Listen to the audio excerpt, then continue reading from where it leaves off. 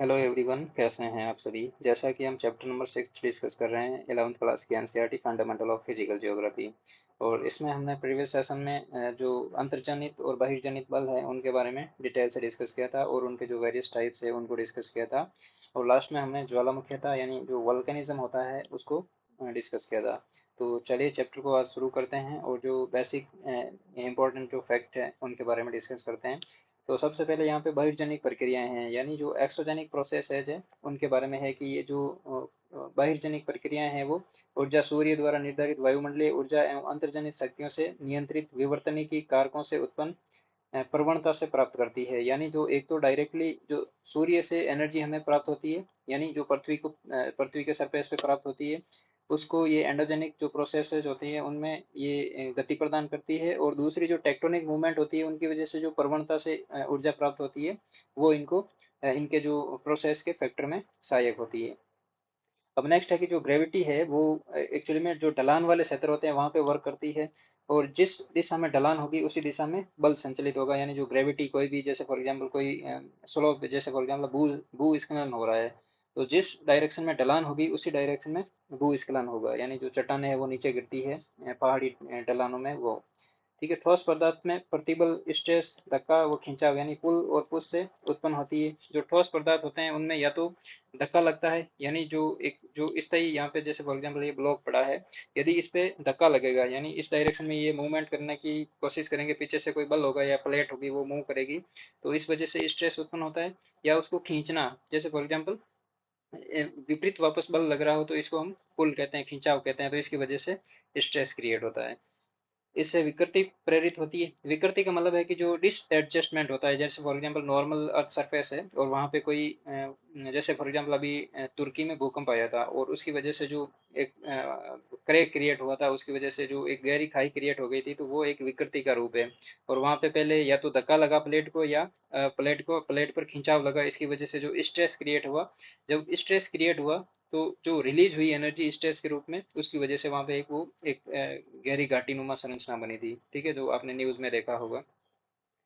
तो धरातल के पदार्थों के सारे सक्रिय बल अपरूपण प्रतिबल जो विगलनकारी होते हैं। ठीक है, जो धरातल के पदार्थों के सारे सक्रिय बल होते हैं वो अपरूपण प्रतिबल होते हैं। ठीक है, यानी विगलनकारी बल होते हैं। यही प्रतिबल सेलों एवं धरातलों को धरातल के पदार्थों को तोड़ता है। यानी जो टर्की में जो तुर्की में भूकंप आया था और वहां पे जो एक गहरी खाई नुमा संरचना बनी थी वहां पे कहीं ना कहीं जो सेल थे यानी जो रॉक्स थी उनमें क्रैक आया, टूटी, वो नीचे धंस गई। या फिर जो धरातल थी एक जो समतल सतह थी उसमें कहीं ना कहीं क्रैक आया, उस वजह से वो जो मटेरियल था उसमें डिस्प्लेसमेंट हुआ और वो एक गहरी खाई के रूप में बन गए। ठीक है, नेक्स्ट है अपरूपण। अपरूपण प्रतिबल का परिणाम। अपरूपण जो प्रतिबल होते हैं उनका जो परिणाम है वो कोणीय विस्थापन यानी जो एंगुलर डिस्प्लेसमेंट है उनकी वजह से या फिर विसर्पण या फिसलन की वजह से होता है। जो यहाँ पे एक टर्म है अपरूपण। ठीक है, तो इनका जो मेन कारण क्या है, या तो एक तो एंगुलर डिस्प्लेसमेंट है यानी कोणीय विस्थापन है वो होगा, या फिर विसर्पण या फिसलन कहने का मतलब जो मूवमेंट है किसी भी जो मटेरियल का वो किसी दूसरी डायरेक्शन में उसको धकेल देना। ठीक है, तो ये बल जो अपरूपण है वो वैसे ऐसे काम करता है। धरातल के पदार्थ गुरुत्वाकर्षण बल के गुरुत्वाकर्षण प्रतिबल के अतिरिक्त आणविक प्रतिबलों में से भी प्रभावित होते हैं। आणविक का मतलब है कि फॉर एग्जांपल ये कोई ब्लॉक है, फॉर एग्जांपल ये ब्लॉक है और ये ढलान पे है। ठीक है, तो ये ग्रेविटी की वजह से नीचे गिर जाएगा। ठीक है, लेकिन कई बार क्या होता है कि जो सतह पर जो चट्टानें पड़ी रहती है उनमें जो आणविक कहने का मतलब जो एलिमेंट है उनमें टेम्परेचर की वजह से और जो रेनफॉल की वजह से जो तनाव और सिकुड़न आती है उसकी वजह से भी कभी ना कभी ये बल काम करते हैं। जैसे तापमान हो गया, तापमान में परिवर्तन है, क्रिस्टलन जो क्रिस्टलाइजेशन और पिघलन द्वारा उत्पन्न होते हैं। जैसे फॉर एग्जांपल जो डेजर्ट है, डेजर्ट एरिया में क्या होता है को टेम्परेचर हाई रहता है उस समय चट्टानें बहुत गर्म हो जाती है, उनकी हीट एनर्जी है जो हाई हो जाती है। लेकिन जैसे ही सडन बारिश होती है तो वो चट्टानें एकदम आवाज के साथ में बिखरने लगती है। ठीक है, तो इसकी वजह से उनमें बल क्रिएट होता है। ठीक है, उसी प्रकार से जो पिघलन होता है जैसे फॉर एग्जांपल मैग्ना जो मैग्मा है उसकी कांटेक्ट में कोई चट्टान आई हो जो आंतरिक हो, या जो लावा निकल के सतह पर आता है तो उसकी कांटेक्ट में कोई चट्टान आती हो तो वो डायरेक्ट चाहे वो कायांतरित हो या अवसादी वो वापस अवसादी सॉरी आग्नेय चट्टान में कन्वर्ट हो जाती है। ठीक है, फॉर एग्जांपल ये ज्वालामुखी है और यहाँ पे लावा निकल कर बाहर आया और यहाँ पे कोई चट्टानें पड़ी है, अवसादी चट्टानें हैं। तो जैसे ही वो लावा के कांटेक्ट में आएगी तो वो क्या आग्नेय चट्टानें बन जाएगी। ठीक है, उनका रूप परिवर्तन हो जाएगा। रासायनिक प्रक्रियाएं सामान्यतः कणों जो ग्रेन्स होते हैं के बीच में बंधन को ढीला करते हैं और विलेय पदार्थों को गिला देते हैं। अब हम कहीं पे ग्रेनाइट की चट्टान देखते हैं। एक चट्टान होती है ग्रेनाइट की जो ब्लॉक होता है और वो एकदम परफेक्ट होता है, कठोर होता है। लेकिन दूसरी तरफ हम देखते हैं कि कुछ जो ग्रेनाइट की चट्टानें होती हैं उनमें जो क्रिस्टल होते हैं वो कभी कभी खिरते रहते हैं। ठीक है, तो वो क्या है कि वो उनका जो दो पार्टिकल्स के बीच में जो कहने का मतलब जो बॉन्ड है वो वीक हो गया, उसकी वजह से वो ग्रेन है यानी जो कण है वो नीचे गिरते रहते हैं। ठीक है, थोड़ा हल्का सा जोर से तूफानी जो वायु आती है उसकी वजह से भी कभी कभी ये चीजें हो जाती है। तो क्या होता है कि जब टेम्परेचर हाई रहता है तो जो ग्रेनाइट की चट्टान होती है उसके बीच में जो जो ग्रेन्स होते हैं यानी जो कण होते हैं उनके बीच में एनर्जी एक्यूमुलेट हो जाती है, यानी जो टेंशन क्रिएट होता है।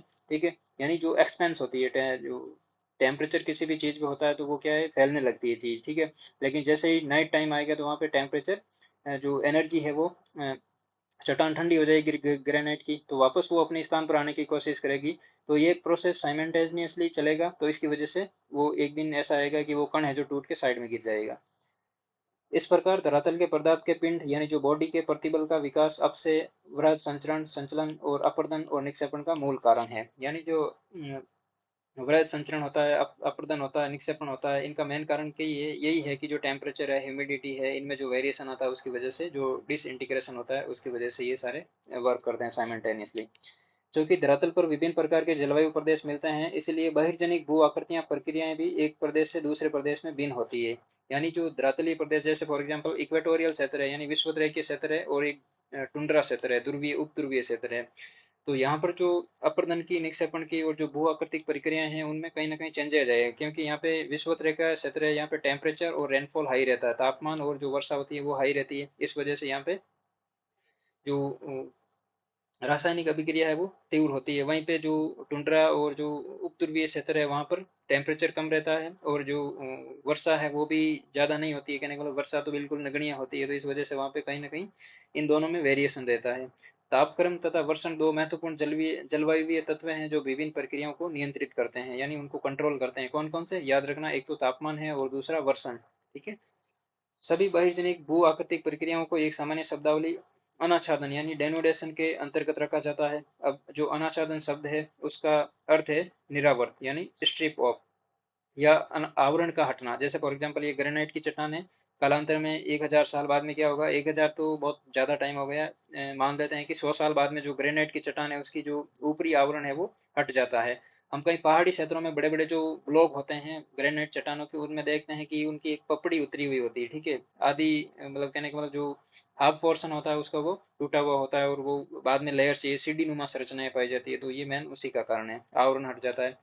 अपसय, वृहद शरण, संचलन, अपरदन, परिवहन आदि सभी इनमें सम्मिलित किए जाते हैं। जैसे प्रवाह चित्र है 6.1, इसमें देखते हैं यह है अनाच्छादित प्रक्रिया, यानी जो डेन्यूडेशन प्रोसेस होता है उसमें बेसिकली तीन चीजें होती है। एक होती है अपसय, दूसरा होता है वृहद संचलन, और तीसरा होता है परिवहन या अपरदन। ठीक है, तो अपसय का मतलब क्या होता है, जैसे ये प्रोसेस प्रक्रिया हैं, और पहले इनका देखते हैं कि कौन कौन से बल है और एनर्जी है इनकी वजह से ये वर्क करते हैं। जैसे जो अनाच्छादन प्रक्रिया है उसमें जो अपसय जो प्रक्रिया है वो किस वजह से, या तो ग्रेविटेशनल फोर्स की वजह से, या आणविक दाब की वजह से, या रासायनिक क्रिया की वजह से अपसय होता है। ठीक है, जैसे फॉर एग्जाम्पल कोई ब्लॉक पड़ा है ग्रेनाइट का, ठीक है, और यहाँ पर इसमें क्या है कि या तो ये ग्रेविटी की वजह से, ढलान की वजह से नीचे गिर जाएगा, या फिर क्या होगा, अपनी जो लोकेशन है उसी स्थान पर डिसइंटीग्रेट हो जाएगा। डिसइंटीग्रेट का मतलब है कि आणविक दाब है, कहने का मतलब टेम्परेचर, रेनफॉल, इनमें वेरिएलिटी आती है, तो कभी खिंचाव होता है, कभी फैलाव होता है, खिंचाव फैलाव, इसकी वजह से ये क्या है कि इनका जो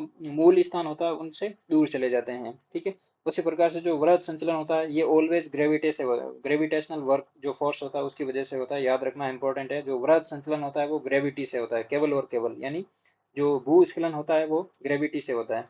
उसी प्रकार से जो अपरदन और परिवहन होता है इसमें गतिक ऊर्जा चाहिए, यानी इसमें कैपेसिटी होनी चाहिए कोई ए स्थान से किसी भी मटेरियल को बी स्थान पर ले जाने की। ठीक है, तो ये है, चाहे वो तैर कर जाओ या रेंग कर जाओ, यानी रोलिंग मोड में जाओ, या फिर हवा से कहने का मतलब थोड़ा वायु में रह के फिर वो दूसरी जगह, मतलब वो मारवाड़ी में बोलते हैं जो टप्पे खाते आगे बढ़ना, ठीक है। तो इस टाइप की जो प्रोसेस होती है उसमें जो वायु अपर्दन होता है उसमें बेसिकली यही वर्क करता है, ठीक है। तो ये बेसिकली याद रखनी तीन चीजें। अपचय में ग्रेविटी हो सकती है, आणविक बल जो आणविक दाब है उनकी, और रासायनिक क्रिया, ये तीनों वर्क करती है। वृहद संचलन में ग्रेविटेशनल फोर्स करता है, और अपर्दन और परिवहन में गतिक ऊर्जा करती है, ठीक है। उसी प्रकार से अनाच्छादन प्रक्रियाओं तथा उससे संबंधित प्रेरक बल को दर्शाता है। इसमें यह स्पष्ट हो जाना चाहिए कि प्रत्येक प्रक्रिया के लिए एक विशेष प्रेरक बल होता है, ऊर्जा होती है। हमने पढ़ा ग्रेविटी, जो यांत्रिक ऊर्जा है, रासायनिक ऊर्जा है, ठीक है, ये सारी चीजें वर्क करती है। बहिर्जनित भू आकृतिक प्रक्रियाएं एक क्षेत्र से दूसरे क्षेत्र में भिन्न होती है। जैसा कि स्पष्ट है कि पृथ्वी के धरातल पर तापीय प्रवणता के कारण भिन्न भिन्न पर जलवायु प्रदेश स्थित हैं। जैसे फॉर एग्जांपल इक्वेटोरियल जो रीजन है, उसी प्रकार से सब ट्रॉपिकल रीजन है, उसी प्रकार से पोलर रीजन है। तो ये ऐसे जलवायु में विभिन्नता की वजह से ये बनते हैं, जो कि अक्षांशीय, मौसमी एवं जल थल विस्तार में भिन्नता के कारण उत्पन्न होते हैं। तापमान एवं वर्षण दो जलवायु के दो महत्वपूर्ण घटक है, जो की विभिन्न भू आकृति की प्रक्रियाओं को नियंत्रित करते हैं। वनस्पति का घनत्व, प्रकार एवं वितरण जो मुख्यतः वर्षा एवं तापमान पर निर्भर करते हैं, बहिर्जनिक भू आकृतिक प्रक्रियाओं द्वारा अप्रत्यक्ष प्रभाव डालते हैं। यानी जो जैसे for example equatorial rain forest है, यहाँ पर क्या होता है कि टेम्परेचर हाई रहता है और रेनफॉल भी हाई रहता है, ठीक है, ये दोनों चीजें हाई रहती है। तो जैसे ही जो वनस्पति का घनत्व है, डेंसिटी, फॉर एग्जांपल अमेजोन के जो फॉरेस्ट है वहां पर जो ये रिएक्शन होती है वो थोड़ी कहने का मतलब स्पीड से होती है, ठीक है। वहाँ पे तो कहने का मतलब टेम्परेचर और रेनफॉल हाई रहता है एनी टाइम वहाँ, तो इस वजह से विभिन्न जलवायु प्रदेशों में विभिन्न जलवायु तत्व, जैसे ऊंचाई में अंतर हो जाता है, दक्षिण भूमि की ढालों तथा पूर्वी एवं पश्चिमी ढालों की अपेक्षा अधिक सूर्यताप प्राप्ति आदि के कारण स्थानीय भिन्नता पाई जाती है। यानी जैसे फॉर एग्जाम्पल जो पश्चिमी घाट है हमारा इंडिया का, इसके जो पश्चिम पूर्वी वाला पोर्शन है, ये क्या है कि सूरज के सामने अपेक्षाकृत ज्यादा टाइम रहता है एज कम्पेयर टू जो इसका पश्चिमी पोर्शन है।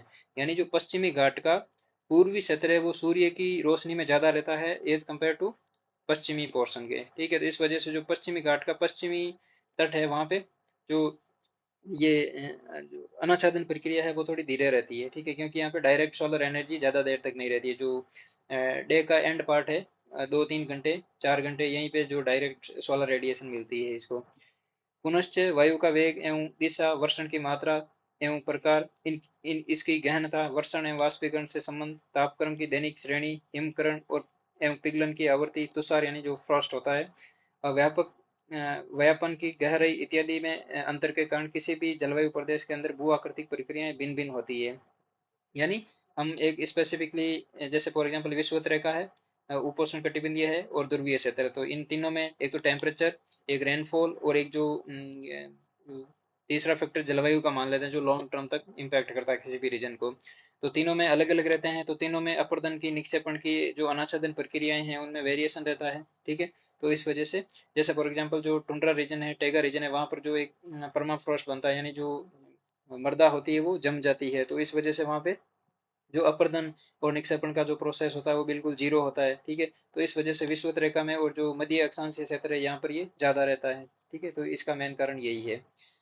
यदि जलवायु कारक समान हो तो बहिर्जनिक भू आकृतिक प्रक्रियाओं के कार्य की गहनता सेलों के प्रकार एवं संरचना पर निर्भर करती है। यानी यदि जलवायु के कारण समान हो, जैसे फॉर एग्जांपल विषुवत रेखा की बात करें तो विषुवत रेखा में दो क्षेत्र है, और यहाँ पे कहने का मतलब यहाँ पे ग्रेनाइट पाया जाता है और यहाँ पे ग्रेनाइट पाया जाता है। तो यदि यहाँ पे टेम्परेचर और रेनफॉल, कहने का मतलब टेम्परेचर तो दोनों जगह समान रहता है, हाई रहता है, लेकिन यदि रेनफॉल में वेरिएबिलिटी हुई, ठीक है, तो इनकी वजह से यहाँ पे जो अपसे और अपर्दन का प्रोसेस है उसमें चेंजेज आ जाता है।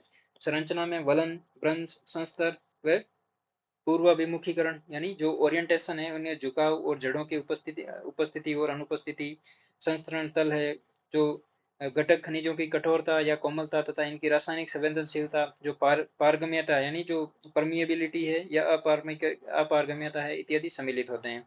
जो पारगम्यता का मतलब है कि कोई भी जो लहर से जो सरफेस की लहर से इसमें जो जल है वो आसानी से नीचे जा पाता है या नहीं जा पाता है, ठीक है। और उसी प्रकार से जो पूर्व विमुखीकरण है, ठीक है, और जो जोड़ों की उपस्थिति है, ठीक है, जो जोड़ है, दो दो जो चट्टानें होती हैं क्रमिक, उनके बीच में जो बॉन्ड होता है उस पर भी डिपेंड करता है। यदि उनमें फ्रैक्चर है तो उनमें जल चला जाएगा, यदि फ्रैक्चर नहीं है तो, यदि जो बॉन्ड है दोनों चट्टानों के बीच में जो जोड़े हैं उनमें यदि परफेक्शन है, कहने का मतलब जोड़ों की अनुपस्थिति है, तो वहाँ पे जल नीचे गहराई में नहीं जा पाएगा, गहराई में नहीं जाएगा तो वहाँ पे जो केमिकल रिएक्शन है वो नहीं हो पाएगा, तो इसकी वजह से जो चट्टान है निचली वो कमजोर नहीं होगी। ठीक है, तो यहाँ पर एक चीज दे रखी है, जलवायु एवं आपसे मेंटल की गहराई। जो स्ट्रेको है, इन्होंने 1967 में एक जो डायग्राम दिया था, और इनमें जैसे फॉर एग्जांपल यहाँ पे 6 नंबर से शुरू करते हैं। जैसे लोहा एवं एल्यूमिनियम ऑक्साइड युक्त मृदा है, वो जो विषुवत रेखा है, जो उष्ण कटिबंधीय जो वर्षा वन है, जहाँ पे जो रेनफॉल है वो 3000 मिलीमीटर से ज्यादा होता है। ठीक है, कहने का मतलब ये लेटीट्यूड यहाँ से विषुवत रेखा से लेके ध्रुवों तक की बात की है इसने। ठीक है, जैसे यहाँ पे बीच में सवाना है, स्टेपी है और टुंड्रा है। ठीक है, यहाँ पे टेम्परेचर की बात कर रहा है। तो बेसिकली ये जो तापमान का ये कर्व है और रेनफॉल का ये कर्व है, ठीक है, वर्षण का। तो विषुवत रेखा में आपको सभी को पता है टेम्परेचर भी हाई रहता है और रेनफॉल भी हाई रहता है। इसकी वजह से यहाँ पे एक तो लोहा एवं एल्यूमिनियम ऑक्साइड जो मृदाएं हैं वो विकसित होती है। उसी प्रकार से 5 नंबर पे जो चीज है, जैसे यहाँ पे क्या है, एल्यूमिनियम के ऑक्साइड की अधिकता वाले क्षेत्र होते हैं। उसी प्रकार से मृतिका खनिज क्षेत्र भी यहाँ पे अवेलेबल उपलब्ध रहते हैं। उसी प्रकार से सामान्य से अच्छा रासायनिक परिवर्तन क्षेत्र भी रहता है, यानी कि यहाँ पे केमिकल चेंजेज है वो ज्यादा आसानी से आ जाते हैं। अब जो अर्ध मरुस्थल और मरुस्थल वाले रीजन है, यहाँ पर केवल और केवल जो 1 नंबर पोर्शन यानी नूतन सेल है वही प्रेजेंट होती है। इसका क्या कारण है, क्योंकि यहाँ पे न तो टेम्परेचर तो फिर भी ठीक रहता है, लेकिन रेनफॉल बिल्कुल ही नगण्य रहता है यहाँ पे। ठीक है, बिल्कुल कम रहती है। इस वजह से यहाँ पे जो केमिकल रिएक्शन है वो ज्यादा अच्छे से नहीं हो पाती है। उसी प्रकार से जो टेगा पोर्टजोल क्षेत्र है, जो स्टेपी और टुंड्रा के बीच में है, यहाँ पर 1 2 3 4, ठीक है, कहने वाले ये चारों लेयर्स रहती है। ठीक है, सूक्ष्म रासायनिक परिवर्तन भी होते हैं, सामान्य से अच्छा रासायनिक परिवर्तन होता है, मृतिका खनिज क्षेत्र भी होते हैं। तो यहाँ पे जो केमिकल रिएक्शन है वो एज कम्पेयर टू अर्ध मरुस्थल और मरुस्थलीय क्षेत्र है, इनसे अपेक्षाकृत ज्यादा होती है, और सबसे ज्यादा कहाँ होती है, उष्ण कटिबंधीय वर्षावन क्षेत्र में। ठीक है, तो ये चीज, ये डायग्राम इंपॉर्टेंट है, याद रखना।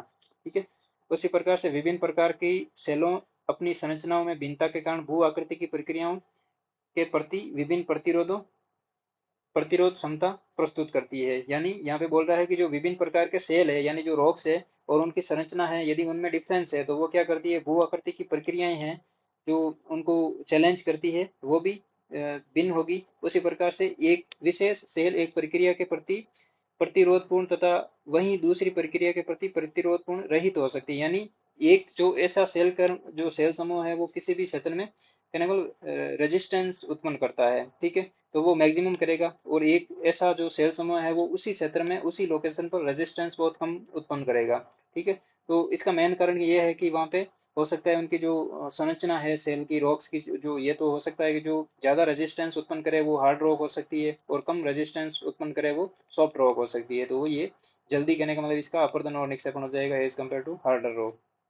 ठीक है, नेक्स्ट है कि विभिन्न जलवायु दशाओं में एक विशेष प्रकार की सेलें भू आकृतिक प्रक्रियाओं के प्रति भिन्न भिन्न अंशों का प्रतिरोध प्रस्तुत कर सकती है, अतः वे भिन्न दरों पर कार्यरत रहती है तथा स्थलाकृति में भिन्नता के कारण बन सकती है। यानी जो अपर्दन और निक्षेपण की जो प्रोसेस है, यदि किसी भी सेल समूह में भिन्न भिन्न है, एक लोकेशन पर यदि दो सेल समूह है और उनमें अक्षेपण और निक्षेपण का जो प्रोसेस है वो भिन्न है, कहने का मतलब एक सेल है जिसका अपर्दन और निक्षेपण जल्दी हो जाता है और दूसरे का देरी से होता है, तो वहाँ पे जो स्ट्रक्चर क्रिएट होगा वो भी हो सकता है कि अलग टाइप का हो। फॉर एग्जाम्पल जहाँ पे जल्दी अपर्दन हो गया सेल समूह का, हो सकता है वहाँ पर जो लैंड टोपोग्राफी है वो समतल हो जाए, और जो हार्ड रॉक है वहाँ पर कुछ इस टाइप की जो चट्टाने हैं वो रेजिस्टेंस के रूप में अभी भी मिले हमें।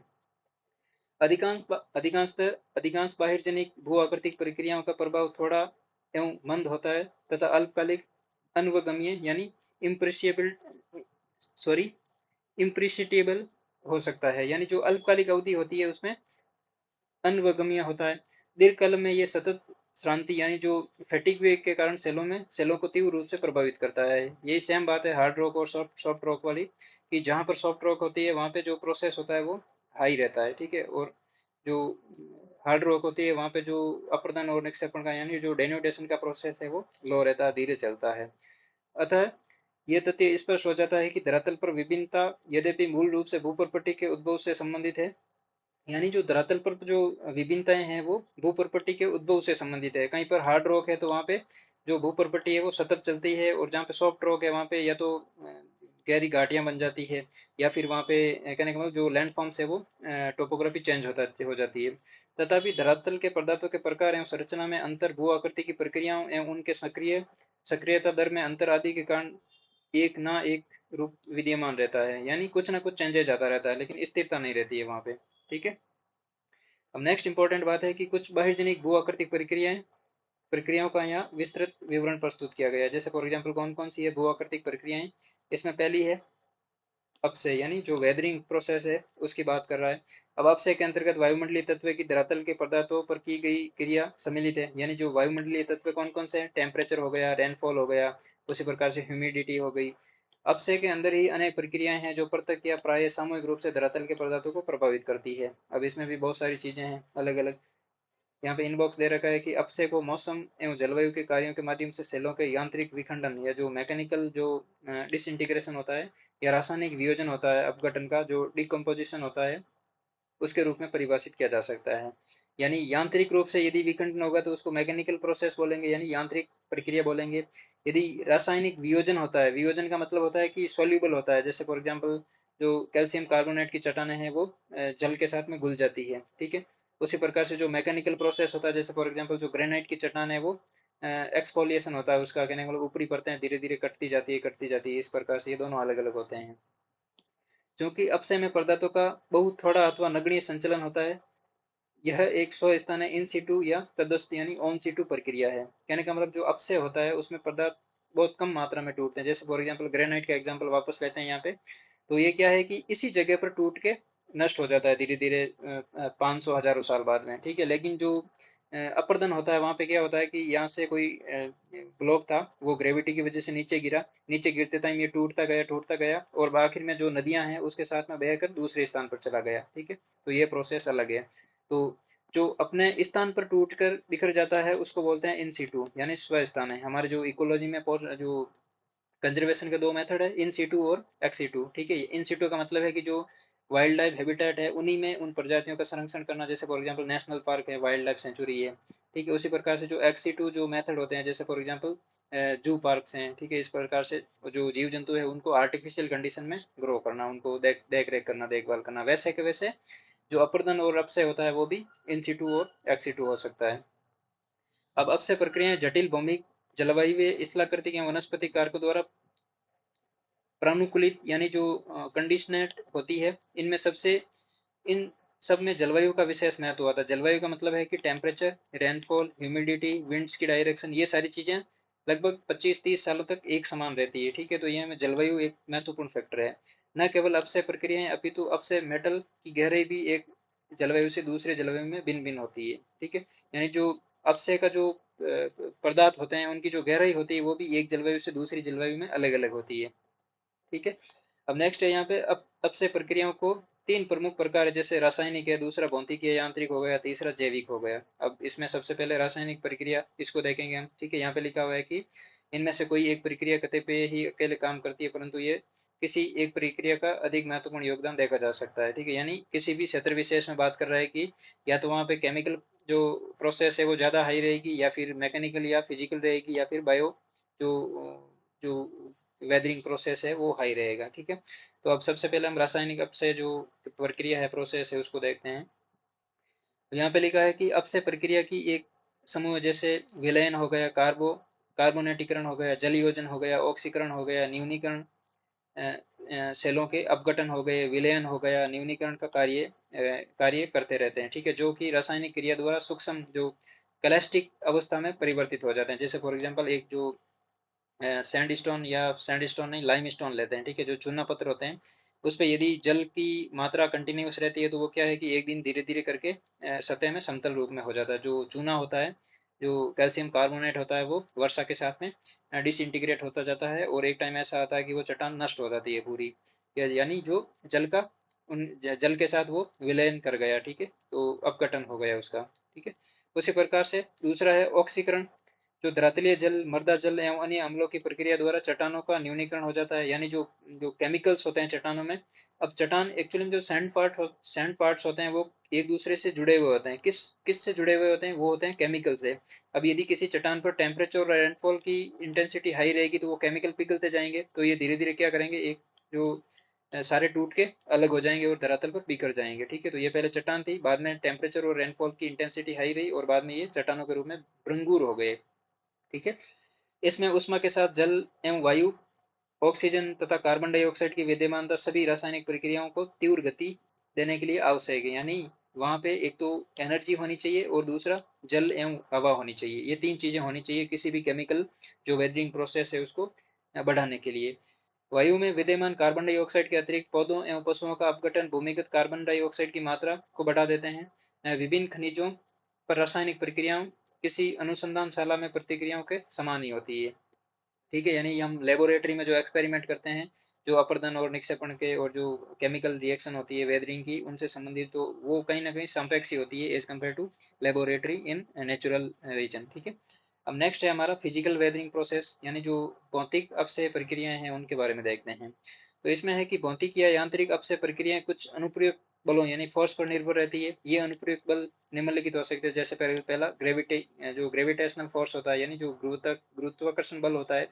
ठीक है, अत्यधिक ऊपर भार दबाव एवं अपरूपण प्रतिबल जो स्ट्रेस, जो शियर स्ट्रेस होता है उसकी वजह से भी ये वर्क करता है। जैसे फॉर एग्जांपल पहला है गुरुत्वाकर्षण बल, जैसे अत्यधिक ऊपर भार दबाव यानी जो कोई चट्टान है उस पर कोई बड़ी चट्टान आके गिर गई। ठीक है, उसी प्रकार से तापक्रम में परिवर्तन यानी जो टेम्परेचर में चेंजेस हो गए, क्रिस्टल रवों में वृद्धि एवं पशुओं के क्रियाकलापों के कारण उत्पन्न एक्सपेंशन।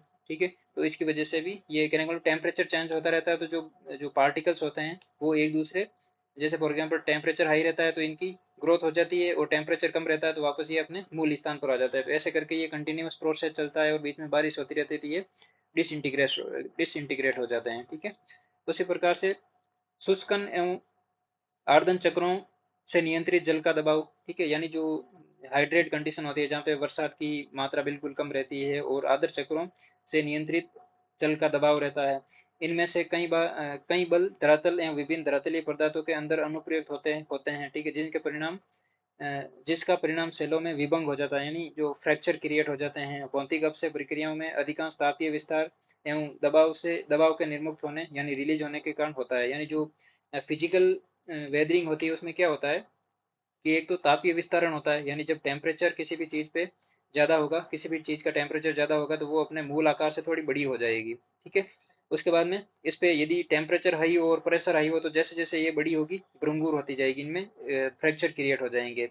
और बाद में यदि इन पे बरसात आ गई, ठीक है, जल जल यहाँ पे गिर गया ऊपर, तो ये बिल्कुल ही टूट जाएगी। ठीक है, तो इस वजह से ये प्रक्रियाएं लघु एवं मंद होती है, परंतु कई बार संकुचन एवं विस्तारण के कारण सेलों के स्वतंत्र श्रांति यानी जो फैटिग के फलस्वरूप ये सेलों को बड़ी हानि पहुंचाता है। ठीक है, जो संकुचन और जो विस्तारण होता है ये प्रोसेस साइमल्टेनियसली चलता रहता है, इसकी वजह से इन पे नेगेटिव इम्पैक्ट पड़ता है। ठीक है, उसी प्रकार से नेक्स्ट बात है कि जो जैविक कार्य हैं, अब से जो बायोलॉजिकल एक्टिविटीज है और वेदरिंग है, ये कैसे वर्क करती है।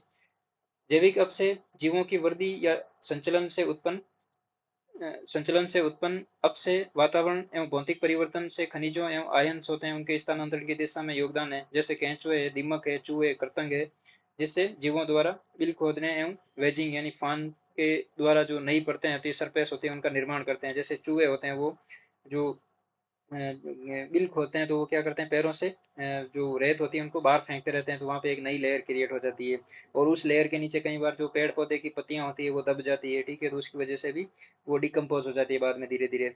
जैसे रासायनिक प्रक्रिया के लिए अनावर्त यानी एक्सपोज सतह सतह में नमी एवं हवा के वेदन में सहायता मिलती है। मानव भी वनस्पति को अस्त व्यस्त कर, खेत जोत कर एवं मिट्टी में कृषि करके धरातलीय पदार्थों में वायु, जल एवं खनिजों के मिश्रण तथा उनसे उनमें नए संपर्क स्थापित करने में सहायक होते हैं। जैसे हम खेत जोतते हैं तो जो हल से वर्क होता है उसकी वजह से जो लैंड फॉर्म्स होते हैं उनमें जो मतलब स्मॉल स्केल पर होते हैं, तो हल की वजह से जो रेत है वो एक स्थान से दूसरे स्थान पर पड़ती है, तो उसकी वजह से हम उसको लगभग 5-6 महीने तक जो बारिश का मौसम में खेती होती है उसी टाइम वापस उसको हल जोतते हैं, तो वापस जो बीच में टाइम है वहाँ पे एक ऐसा जो प्रोसेस डेवलप हो जाता है और बाद में हम ये प्रोसेस वापस करते हैं, तो ये चेंज हो जाता रहता है।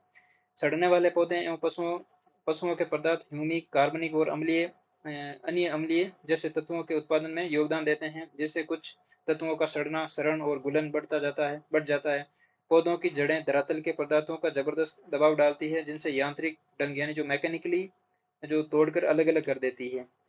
ठीक है, तो ये बेसिकली जो जैविक और अपक्षय होते हैं इनका एक मेन फैक्टर है कि इनमें केचुए, दीमक, चूहे और कृंतक होते हैं। ठीक है, ये सारी चीजें, ये जो फैक्टर होते हैं ये इनको ज्यादा इंटेंसिटी प्रदान करते हैं। उसी प्रकार से अपक्षय के विशेष प्रभाव, अब जो प्रभाव क्या है, पहला तो है अपसकलन। ठीक है, इसकी वही क्या पहले ही भौतिक अपक्षय प्रक्रिया तापीय संकुचन एवं फैलाव एवं लवण अपक्षय के अंतर्गत की जा चुकी है।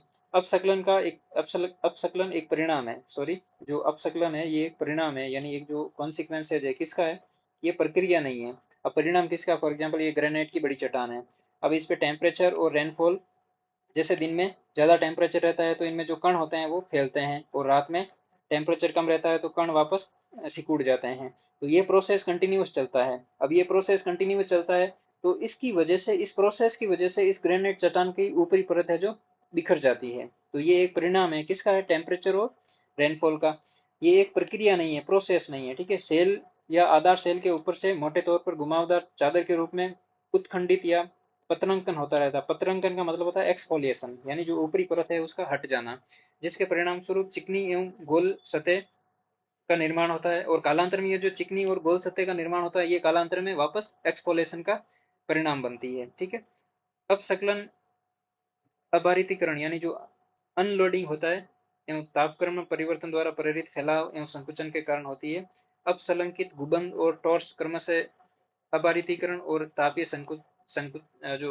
संकुचन से उत्पन्न होती है। अब यहाँ पे जो हिंदी की टर्मिनोलॉजी है वो बहुत ही डिफिकल्ट है। ठीक है, जो अनलोडिंग होती है उनका मतलब क्या है, जो ग्रेनाइट की ऊपरी परत होती है वो सिंपली कालांतर में टूट जाती है, किसकी वजह से, टेम्परेचर और रेनफॉल की वजह से। ठीक है, उनमें जो कण होते हैं उनमें फैलाव और संकुचन होता है, इसकी वजह से वो अपने मूल स्थान से दूर हट जाते हैं, बस सिंपल बात है। अब यहाँ पे जो हिंदी में टर्मिनोलॉजी है वो थोड़ी वर्ड है वो थोड़े लंबे हैं, इस वजह से इंग्लिश वाले थोड़े आसान हो जाते हैं। जैसे यहाँ पे जो पतरन है इसको एक्सपोलेशन बोलते हैं। ठीक है, अनलोडिंग को हिंदी में अबारितीकरण बोलते हैं। तो ये वर्ड याद करने में भी मुश्किल होते हैं। ठीक है, तो इस वजह से ये थोड़े डिफिकल्ट हो जाते हैं। अब नेक्स्ट है यहाँ पे अपक्षय का महत्व। अब जो सिग्निफिकेंस क्या है वेदरिंग का, अब सिग्निफिकेंस जो जो मृदा निर्माण का होता है। ठीक है, और बहुत सारे ऐसे सिग्निफिकेंस है, जैसे अपक्षय प्रक्रियाएं सेलों को छोटे छोटे टुकड़ों में तोड़ने तथा न केवल आवरण प्रस्तर एवं मृदा निर्माण के लिए मार्ग प्रशस्त करते हैं, अपितु अपर्दन एवं वृहद संचलन जो मास मूवमेंट होता है उनके लिए भी उत्तरदायी होते हैं। जैसे फॉर एग्जाम्पल ग्रेनाइट चट्टान का छोटे छोटे टुकड़ों में टूटना, उसके बाद में जो नदी द्वारा उन छोटे छोटे टुकड़ों को दूसरे स्थान पर ले जाके जमा करना और वहां पे एक नई चट्टान का निर्माण होना। जैव मात्रा एवं जैविक विविधता प्रमुख वनों जो वनस्पति है उनकी देन है। वन अपसई प्रवार यानी जो वेदरिंग मेटल होता है उनकी गहराई पर निर्भर करता है, यानी जो कितना गहरा कोई रीजन है जिसपे जो वेदरिंग प्रोसेस हो रहा है। ठीक है, यदि सेलों का अपसय न हो तो अपरदन का कोई महत्व नहीं होता, यानी जो सेल है, जो चट्टान है, रोक है, जो रॉक्स है उनमें यदि अपसय नहीं होता, अपसय का मतलब है कि वो बड़ी चट्टान का छोटे छोटे टुकड़ों में यदि नहीं टूटना होता है तो अपरदन का कोई महत्व नहीं होता। अपरदन जो जल होता है, नदी का जल, वो बड़ी चट्टान को एक स्थान से दूसरे स्थान पर नहीं ले जा सकता। इसका अर्थ है कि अब से बृहद शरण अपर्दन उच्चावच के लघुकरण में सहायक होते हैं एवं स्थलाकृतियां अपर्दन का परिणाम है। अब जब भाई अपर्दन ही नहीं होगा तो स्थलाकृतियां कैसे बनेगी, तो इस वजह से ये इसका परिणाम है। सेलों का अपसे एवं निक्षेपण राष्ट्रीय अर्थव्यवस्था के लिए अति महत्वपूर्ण है, क्योंकि मूल्यवान खनिजों जैसे लोहा, मैग्नीज, एल्यूमिनियम, तांबा, जो तांबा के अयस्क हैं, समृद्धिकरण है, जैसे इनको समृद्धिकरण का मतलब है एनरिचमेंट और संकेंद्रण का मतलब है कंसंट्रेशन में ये एक सहायक होते हैं। अब से मृदा निर्माण की एक महत्वपूर्ण प्रक्रिया है। अब से पहला चीज तो क्या होता है, जो खनिज होते हैं, जैसे फॉर एग्जांपल यहाँ से जो ग्रेनाइट रॉक्स है और जो दूसरी चट्टान है वो अपर्दन होकर किसी दूसरे स्थान पर जाएगी और वहां पे जम जाएगी। तो वहां पे हो सकता है कि जो लोहे की मात्रा यदि एक स्थान पर ज्यादा जम जाए तो वहां पे जो लोहा है यानी जो आयरन ओर है वो निकल जाएगा वहां से। और यदि ऐसा दूसरा कोई जो एलिमेंट है वो यदि एक स्थान पर जमा हो जाएगा तो अपक्षय की वजह से, तो उसकी वजह से एक और नया जो धात्विक या अधात्विक खनिज निकलेगा। तो इस वजह से ये महत्वपूर्ण है। और जो मृदा निर्माण का जो महत्वपूर्ण प्रोसेस है वो अपक्षय से ही स्टार्ट होता है। ठीक है, तो हमने इंडियन ज्योग्राफी में ये चीज डिटेल से डिस्कस की थी, मृदा निर्माण से संबंधित जो पेरेंट मटेरियल्स होते हैं मृदा के, वो इससे संबंधित होते हैं। अब नेक्स्ट है इनबॉक्स में कि जब सेलों का अपक्षय होता है तो कुछ पदार्थ भूमिगत जल द्वारा रासायनिक एवं भौतिक निक्षालन के माध्यम से स्थानांतरित हो जाते हैं तथा शेष बहुमूल्य पदार्थों का संकेंद्रण हो जाता है। इस प्रकार के अपक्षय के बिना बहुमूल्य पदार्थों के संकेंद्रण अपर्याप्त होते हैं। आर्थिक दृष्टि से उनका दोहन, प्रक्रमण और शोधन के लिए व्यवहार्य नहीं है।